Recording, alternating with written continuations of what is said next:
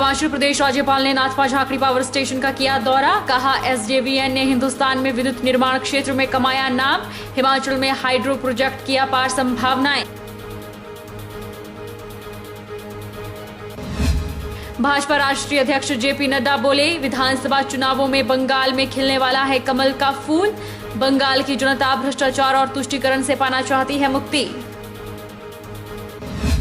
पूर्व मंत्री स्वर्गीय सुजान सिंह पठानिया के परिजनों से मिलने पहुंचे मुख्यमंत्री जयराम ठाकुर। शोक स्तब्ध परिजनों के साथ संवेदनाएं की प्रकट। परिवार को हर संभव सहायता देने का दिया। और मंडी कॉलेज में आधे से ज्यादा क्लासरूम ईवीएम मशीनों से भरे। बैम्बू सेट में चल रही कक्षाएं। एबीवीपी ने कॉलेज कैंपस में किया धरना प्रदर्शन। ईवीएम मशीनों को किसी अन्य स्थान पर शिफ्ट करने की रखी मांग।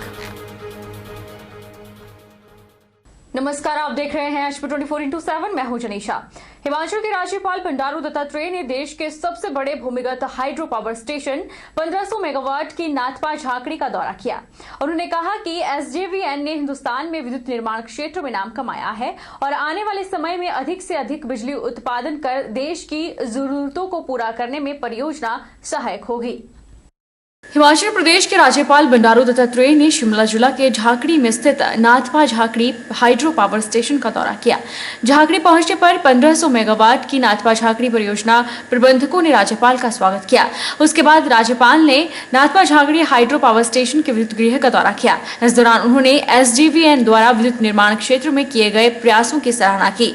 उन्होंने कहा कि हिंदुस्तान में बिजली उत्पादन में एसजेवीएन ने अच्छा नाम कमाया है। अब निगम ने देश के अलावा नेपाल, भूटान में भी बिजली परियोजनाओं को बनाना शुरू किया है। इससे आने वाले समय में सबको जरूरत के हिसाब से बिजली उपलब्ध होगी। भूटान ऐसे देश भी हमारे एसजेवीएन कंपनी को नए प्रोजेक्ट मिलते हैं और एसजेवीएन प्रोजेक्ट एक ऐसा हाइड्रो पावर बनाने में हिंदुस्तान में सबसे ज़्यादा अच्छा नाम कमाया है और आगे आने वाले इसमें जो है पावर जो है देश में 24 घंटा सबको पावर मिलना चाहिए। धर्मशाला में चल रहे प्रदेश भाजपा की 3 दिवसीय चुनावी बैठक में चुनावी टिप्स देने के बाद जेपी नड्डा ने आज विजयपुर पहुंचकर अपने पिता का हाल जाना। वहीं भाजपा राष्ट्रीय अध्यक्ष जेपी नड्डा ने पत्रकारों से बातचीत करते हुए कहा कि प्रधानमंत्री की जनसभाओं में जिस प्रकार पश्चिमी बंगाल में जनता का सैलाब उमड़ रहा है, उससे स्पष्ट रूप से देखा जा रहा है कि आने वाले विधानसभा चुनावों में बंगाल में कमल का फूल खिलने वाला है। भाजपा राष्ट्रीय अध्यक्ष जेपी नड्डा ने विजयपुर में अपने आवास में स्थानीय लोगों की जन समस्याएं सुनी और उनके निपटारे का आश्वासन दिया। इसके अलावा उन्होंने अपने बीमार पिता का भी कुशलक्षेम जाना, उनके स्वास्थ्य के बारे में पूरी जानकारी प्राप्त की। वहीं पत्रकारों से बातचीत में उन्होंने कहा कि बंगाल की जनता अब भ्रष्टाचार और तुष्टीकरण से मुक्ति पाना चाहती है। जेपी नड्डा ने कहा कि वह 2 दिन बाद फिर से बंगाल दौरे पर जा रहे हैं और प्रधानमंत्री की भी कई जनसभाएं हैं। उन्होंने कहा कि पश्चिमी बंगाल के लोग ममता बनर्जी के कुशासन से थक चुके हैं। वहां पर स्पष्ट रूप से लोग भाजपा को भारी जन समर्थन देने वाले हैं, जिसका पुख्ता परिणाम भाजपा के कार्यक्रमों में उमड़ रही भारी भीड़ है। उन्होंने कहा कि पश्चिमी बंगाल में ममता बनर्जी के पैरों तले से जमीन खिसक चुकी है और वहां के लोग इस सरकार को अब अलविदा कहने वाले हैं। आने वाले चुनाव में बंगाल में भारतीय जनता पार्टी की सरकार बन रही है। 200 पार भारतीय जनता पार्टी के पक्ष में समर्थन वहाँ बंगाल की जनता देने को आतुर है। ममता जी की पाँव के नीचे से धरती खिसक चुकी है। लोगों ने तय कर लिया है कि ममता जी की सरकार, टीएमसी की सरकार को गिराना है और भारतीय जनता पार्टी की सरकार लानी है।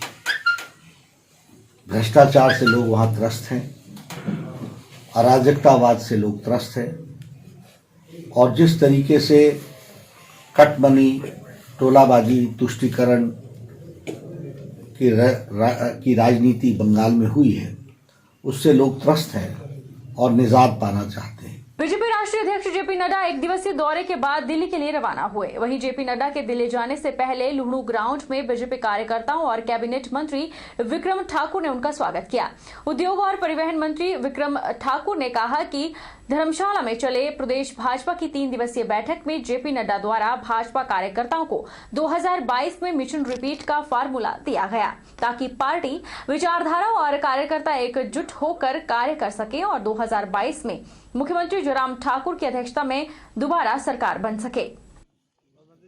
हिमाचल प्रदेश के भारतीय जनता पार्टी के कार्यकर्ता भाग्यशाली हैं कि हमें अपने ही प्रदेश में अपने राष्ट्रीय अध्यक्ष मिले हैं और उन्होंने कल किस प्रकार से सरकार 2022 में हिमाचल प्रदेश में रिपीट कर सकती है और कार्यकर्ताओं को किस प्रकार से स्ट्रेंथन किया जा सकता है, इन सारे विषयों के ऊपर कल उन्होंने जो हमारे कार्यकर्ता वहां गए थे उनको बूस्ट किया है। पार्टी विचारधारा कार्यकर्ता, इसके ऊपर उन्होंने बहुत ही अच्छे तरीके से सब कार्यकर्ताओं को समझाया है। मुझे ऐसा लगता है कि उनके मार्गदर्शन से हम उत्साहित भी हुए हैं और आने वाले समय में जब हमारा चुनाव होगा, निश्चित तौर पे श्री जयराम ठाकुर जी के नेतृत्व में एक बार फिर भारतीय जनता पार्टी की सरकार बने। मुख्यमंत्री जयराम ठाकुर ने पूर्व मंत्री स्वर्गीय सुजान सिंह पठानिया के पैतृक निवास स्थान जिला कांगड़ा के फतेहपुर पहुंचकर उनके शोक स्तब्ध परिजनों के साथ अपनी संवेदनाएं व्यक्त की। सुजान सिंह पठानिया का हाल ही में निधन हो गया था। मुख्यमंत्री ने ईश्वर से दिवंगत आत्मा को शांति प्रदान करने और शोक स्तब्ध परिवार को इस क्षति को सहन करने की शक्ति प्रदान करने की प्रार्थना की।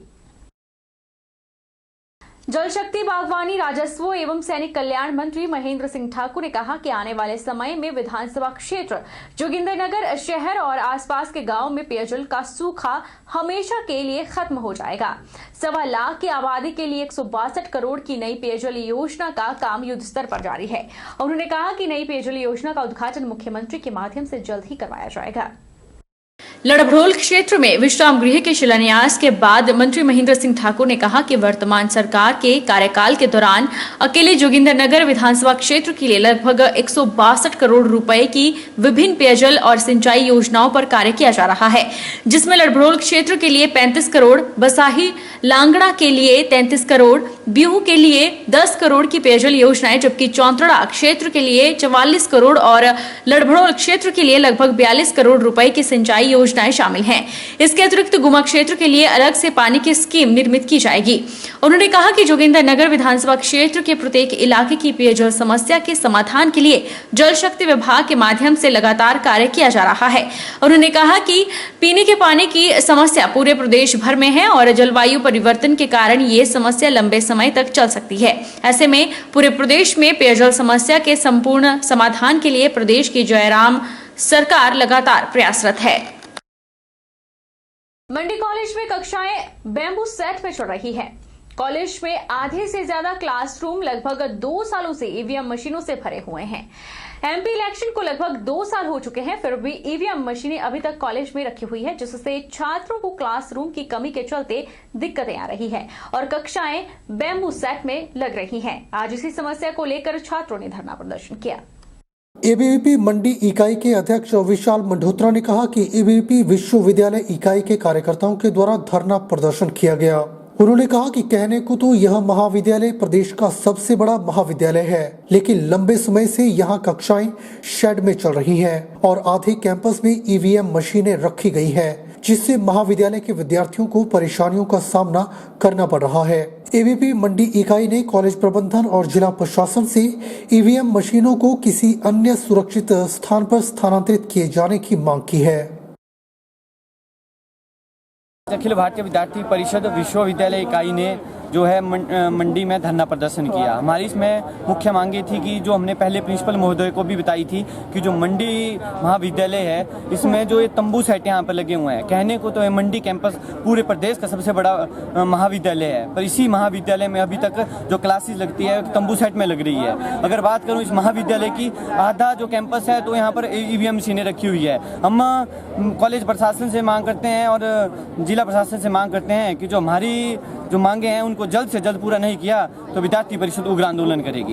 ईवीएम मशीनें जो है जल्द से जल्द यहाँ से उठाई जाए और जो है तंबू सेट है इनको हटा के यहाँ पर बिल्डिंग का निर्माण शुरू कर दिया जाए। इसकी रिगार्डिंग आपने कोई ज्ञापन या प्रिंसिपल महोदय को पहले हमने ज्ञापन भी दिया था, प्रिंसिपल महोदय के थ्रू हमने डीसी को भी ज्ञापन दिया था। रुकेंगे एक छोटे से ब्रेक के लिए, ब्रेक के बाद फौरन लौटेंगे।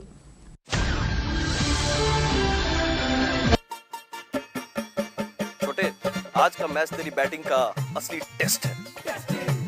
Test sir, test drive.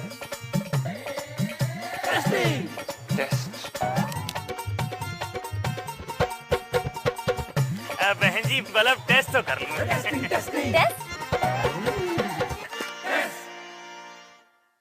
मन में शक है तो सरकारी अस्पताल के आईसीटीसी में HIV की मुफ्त जांच कराएं और सलाह पाएं।